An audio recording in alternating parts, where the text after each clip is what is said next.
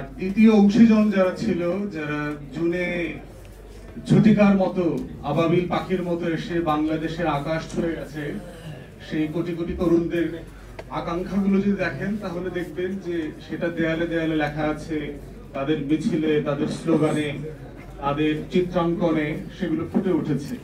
নতুন বাংলাদেশ চাই, বাংলাদেশ 2 চাই, নতুন রাজনৈতিক বন্দোবস্ত চাই, যেই বন্দোবস্তের ভিত্তিতে ফ্যাসিবাদী শাসন ব্যবস্থা ফিরে আসবে না, যার মধ্য দিয়ে বারে বারে হাসিনা এরশাদের মতো হিটলারের বঙ্গীয় সংস্করণগুলো আমাদেরকে যেন দেখতে হবে না, এমন একটা বন্দোবস্ত চাই।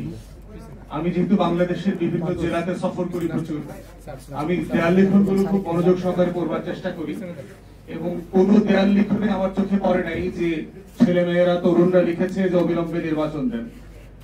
অতএব এই যে দুটা ডায়ামেট্রিকলি ডিফারেন্ট অ্যাসপিরেশন আমাদের দুটো অংশীজনের কাছ থেকে এসছে, এটা কিন্তু বাংলাদেশের সমাজের যে জেনারেশনাল শিফট হচ্ছে এবং একটা সুনামি আসছে আমাদের রাজনীতিতে, এটা খুব পরিষ্কার করে দিচ্ছে।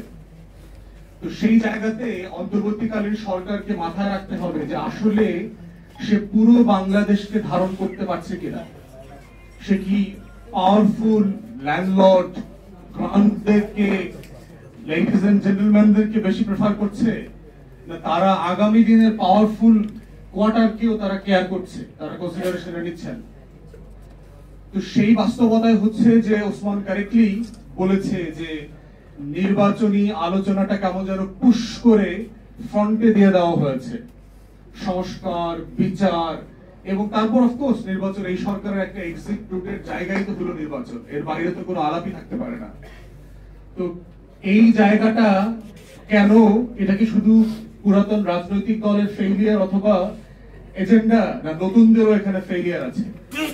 যারা এখানে নতুনদেরকে প্রতিনিধিত্ব করছেন, নতুনরা কি আসলে সবাইকে নিয়ে কাজ করতে পারছে? নতুনরা কি আসলে বিভাজিত হয়ে যায় নাই? নতুনরা কি অপরায়ণের রাজনীতি করে নাই?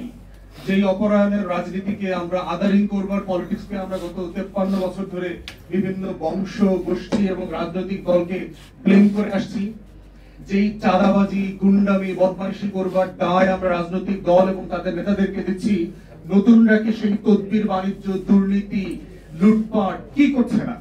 তরুণ উপদেষ্টা যারা হয়েছে তারা কি খুব সৎ জীবনযাপন করছেন? তাদের এপিএসরা কি শত শত কোটি টাকার লেনদেন করছেন না? আমরা কি এগুলো খবর পাচ্ছি না? জানি তো এগুলো। অতএব প্রশ্ন হচ্ছে যে যারা নতুন বন্দোবস্ত চেয়েছিলেন তারাই তো আসলে পুরাতন বন্দোবস্ত ইতিমধ্যে হারিয়ে গেছেন। তো যারা ইতিমধ্যে পুরাতনের কয়লা গায়ে মেখে ফেলেছেন তারা নতুন বন্দোবস্ত দিতে পারবেন কিনা সেই তর্ক তুলতে হবে। কারণ 24 হচ্ছে এমন একটা জায়গা যে কোনো তর্ককে এখন আর নিষিদ্ধ করা যাবে না, কোনো তর্ককে এখন আর ফেলে দেওয়া যাবে না। কারণ আমরা এখন কালো কোট পরা পেঙ্গুইনদের রাজবংশের শাসনে জমিদারিতে বাস করি না। আমাদের এই জমিদারি হচ্ছে জনগণের জমিদারি, যেই জমিদারিটা শত শত হাজার হাজার বছর ধরে জনপদে ছিল। তো সেই বাস্তবতায় আমাদের বক্তব্য খুব পরিষ্কার যে অন্তর্বর্তীকালীন সরকারকে তার এই যে প্যাকেজ প্রায়োরিটিস, সংস্কার, বিচার এবং নির্বাচন, সেই আলোচনার মধ্যে থাকতে হবে তাকে। দ্বিতীয় কথা হচ্ছে যে আজকের টপিকের আলোচনা যে কোন নির্বাচন আগে হবে, নির্বাচনের আওয়াজ যখন আসবে। দ্বিতীয়ত হচ্ছে এই নির্বাচনের আওয়াজের আগে নির্বাচনের সংস্কার কাঠামোটা আগে আলোচনা করতে হবে নির্বাচনের আগে। কারণ আমরা যেখানে যেখানে সংস্কারের দাবি তুলেছি অথবা তুলব, অথবা যে সংস্কার বাংলাদেশ রাষ্ট্র তুলেছে গত অভ্যুত্থানের মধ্য দিয়ে, সেখানে নির্বাচন একটা বড় জায়গা। আমাদের দলের পক্ষ থেকে, আমাদের পক্ষ থেকে নির্বাচন কমিশনের যারা সংস্কার কমিশনে আছেন তাদেরকে আমরা অনেক পরামর্শ দিয়েছি। স্যাডলি অনেকগুলোই আমরা দেখেছি তারা ইগনোর করেছেন। তারা গত পুরাতন আমলের সেই লুটপাটের ইলেকশনটা জারি রাখার জন্য কিছু কাটপেস্ট প্রস্তাবনা দিয়েছেন। দেখেন, বেশ কিছু আমার আগে বক্তা বলছেন যে বাংলাদেশের নির্বাচনের যে লুটপাটটা হয় সেখানে দুইটা জায়গাতে মেইনলি নির্বাচনকে ঘিরে ঝামেলাটা হয়।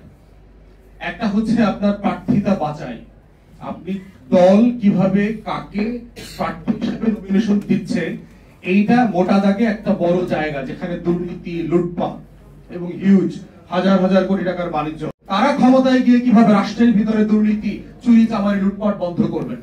তাহলে এই যে মোটা দাগে নির্বাচনকে কেন্দ্র করে দলের আভ্যন্তরীণ সংস্কার দরকার, সেই আলাপটা মোটা দাগে বড় কোনো রাজনৈতিক দল করছে না বলে যেটা আমি আশঙ্কা করছি, অলমোস্ট কোন রাজনৈতিক দলের বড় দলের নেতাদের সাথে আমরা যখন কথা বলেছি, আমরা দেখেছি তারা বিশ্বাস করে না, নিজেরাই মন খুলে বলেছে যে তারা আসলে কোনো সংস্কার করতে পারবে। তাদের দলের নেতারা যারা সৎ, যারা আন্তরিক, তারা পরিষ্কার করে বলেছে যে আমরা ক্ষমতায় গেলে কোনো সংস্কার হবে না। This is the bottom line বাংলাদেশে। এটাই হলো 24 পরবর্তী নতুন রাজনীতি বন্দোবস্ত। আগের মতোই আমরা ফিরে আসবো। দ্বিতীয় জায়গা দেখেন যে আপনার মনোনয়ন হয়ে গেল, এখন ইলেকশন ক্যাম্পেইন। আমরা বলেছিলাম যে আমাদের পক্ষ থেকে যে ইলেকশন ক্যাম্পেইনটাকে টোটালি ইলেকশন কমিশনকে দিয়ে অপারেট করেন, স্পন্সর করেন। ইলেকশন ক্যাম্পেইনে মোটা দাগে কয়েকটা খরচ আছে।